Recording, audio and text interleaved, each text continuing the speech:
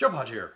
Welcome to another video. As you see by the title, we are dispelling more myths about weightlifting and diet and whatnot. So we're going to jump right into this because I don't want to waste any of your time. What are some common myths that the fitness industry or that people throw around, or that people that have never lifted or that have never been in a gym that are starting out for the first time believe or tell people, or people that are trying to sell a product and they're trying to, you know, enforce what they think is right and whatever, and there's a lot of this floating around, that's all this misinformation and whatnot, so I'm going to tell you the truth, dang it. So, myths. Let's go into some myths or things that are not true. So, number one, working out certain body parts, those certain areas that you work out will burn fat, which is not true. So, say, you know, I've seen so many times, so many people go into a gym, or I've overheard conversations, or I've talked to people at work or friends that say, you know, I'm gonna start doing sit-ups. I'm gonna start doing sit-ups at the gym. I'm gonna do sit-ups and that's gonna get rid of my belly fat. Or I've got some fat around my arms, so I'm gonna do some bicep curls, and it'll get away the fat will go around my arms. Or you know, I've got these love handles, so I'm gonna do these oblique twists and turns, and that'll get rid of my love handles and whatnot. No. The way to burn fat. There are many ways to burn off fat. The most effective way to burn off fat is a caloric deficit. I have said it time and time again in my videos that the most effective way to burn off fat is a caloric deficit. Calories in versus calories out. I'm going to go over the formula real quick. So, your base metabolic rate is how many calories you... No, hold on. Throw that out. I'm not going to talk about that. I'm talking about calories, duh. So, your maintenance calories, how many calories you eat in a day to maintain your weight. I said maintenance, maintain, English. So, however many calories you eat in a day to maintain your weight. Now, a very popular YouTuber, Greg Doucette, says that you can't use calculators to calculate, you know, your caloric deficit or your caloric surplus or your maintenance calories.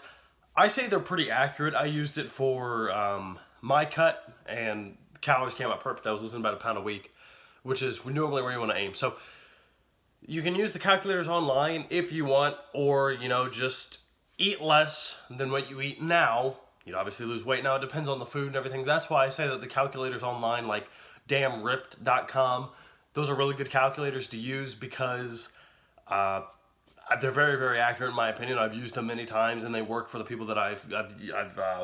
It worked for me, and it's worked for other people that I've tested it on. So they do work.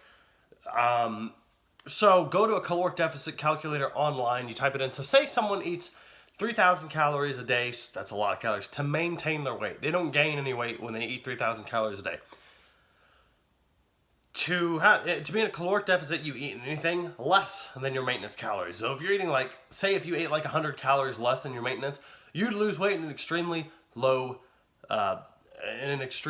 fashion. You would lose it very slowly. You wouldn't lose it fast at all. So caloric deficit is to eat less than your maintenance calories. So usually 500 calories less than your maintenance is what you want to aim for. So someone eats 3,000 calories a day, you then eat 2,500 calories a day. And there's about 3,500 calories in a pound of fat. You lose about a pound a week if you eat 500 calories less than your maintenance calories. So again, 500 calories is what you want to aim for. Eating 500 calories less than your maintenance caloric intake. So whatever that is, plug in the calculator, and they're very accurate in my opinion. So that's one of the myths, is you cannot target burn fat. You can't do sit-ups and burn fat around your abs. You can't do bicep curls and burn fat on your arms. Doesn't work like that. Now, you may tone and build those muscles, and it may give the illusion that you've lost fat there because they're bigger and they show more through the fat. Not true. You've just built muscle. That's a common misconception because it's easy to see or think why it looks like you lost fat when really you didn't. Now, you burn some calories when you lift. It's inconsequential. You don't burn a lot of calories at all weightlifting. Really, you don't. So, moving on, myth number 2 is... What is myth number 2? Oh, yes, let's go into supplements. You do not need supplements to gain muscle. I saw this guy the other day at Walmart. I was there at Walmart buying some sort of Jell-O pudding thingy, and I was this guy was holding this Walmart creatine pack. It came with a t-shirt advertising the company, and it came with like this little sample thing, and then it came with a little big creatine thing for like $20. If you're buying creatine for $20 and it's a huge jug like this, you are not getting quality creatine. Let me just tell you that. There's probably a lot of additives, a lot of sugar, things that you don't need in there. I remember when I used to do that. I used to go to Walmart and I used to buy my creatine, my supplements, my protein to think that I needed to build muscle and stuff. And I was very naive about that all. So this guy, very skinny guy, was standing there looking at it. He's like, man, I hope this works. I'm going to buy it. He's going to use the creatine, cheap Walmart creatine. Real good quality creatine is about $30 to $40 for a little container about this long and this tall. They're very small, but they do work better than the Walmart creatine, which would last you like a year. Just, it's absolute shit. Like, it's horrible stuff. I would not buy, what is it, like Body Fortress or any of that protein stuff, because they had a lot of fillers and it's not good quality stuff. If you want good quality supplements, go to GNC. They sell great stuff. You can find them everywhere. So you do not need supplements to gain muscle. However, they do help when you buy the quality supplements. If you're buying shit supplements, they're not going to work. I wouldn't recommend buying from Walmart unless they have good quality, unless they are selling good quality protein. Walmart recently added Gold Standard 100% whey, the protein that I use. I've reviewed on one of my videos, which is the best protein you can get. Walmart's starting to sell it now. Now they don't sell it in the big 5-pound jugs, but Walmart is starting to sell Gold Standard, which is the best protein. It's not made by Walmart. It's not a Walmart-made protein. It's made by On, a very elite bodybuilding supplement company. So that Walmart is selling that, that's a plus. But don't buy like Body Fortress or the cheap Walmart brand protein and creatine and supplements. You'll see them and you'll weed those out real quick because they're cheap. But you do not need supplements to gain muscle. Now, it helps. You know, creatine gives you energy, and that's about all it does. I mean, usually people are pretty energetic.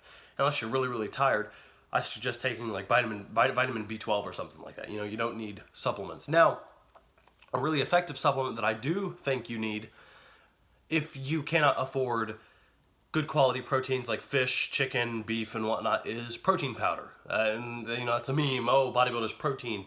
Protein man, yes, lifting protein. Man, look at that guy just taking up a protein. But it's true.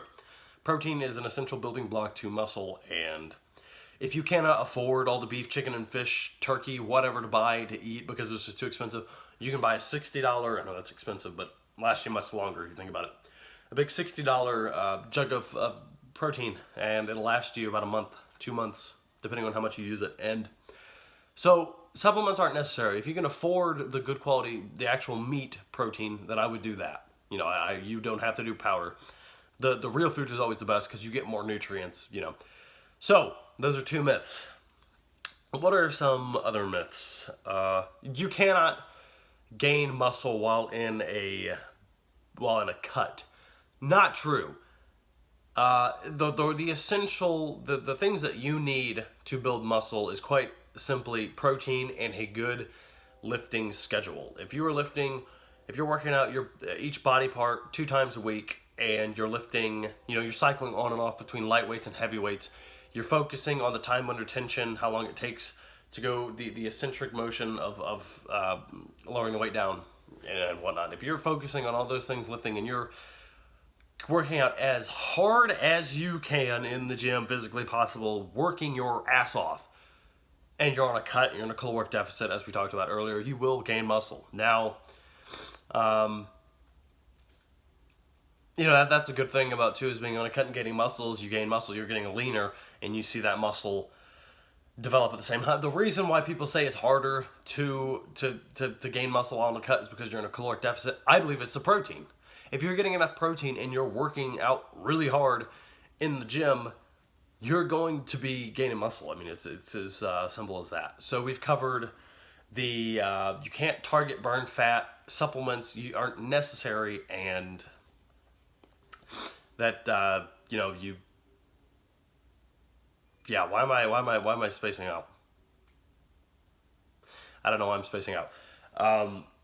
There we go. That you can gain muscle while in a cut. I don't know why I spaced out about that. So you can gain muscle while in a cut. Supplements aren't necessary, And those are some of the myths that I wanted to break to you, because there's a lot of information going around that when you start lifting, you're gonna hear all these types of things, and you're not gonna know what to believe when you start out lifting. Everything is gonna be new to you. You're gonna be looking up these things, and when you first start out, you're gonna be believing anything that any article or any person says, because that's just in the nature of someone who's started lifting.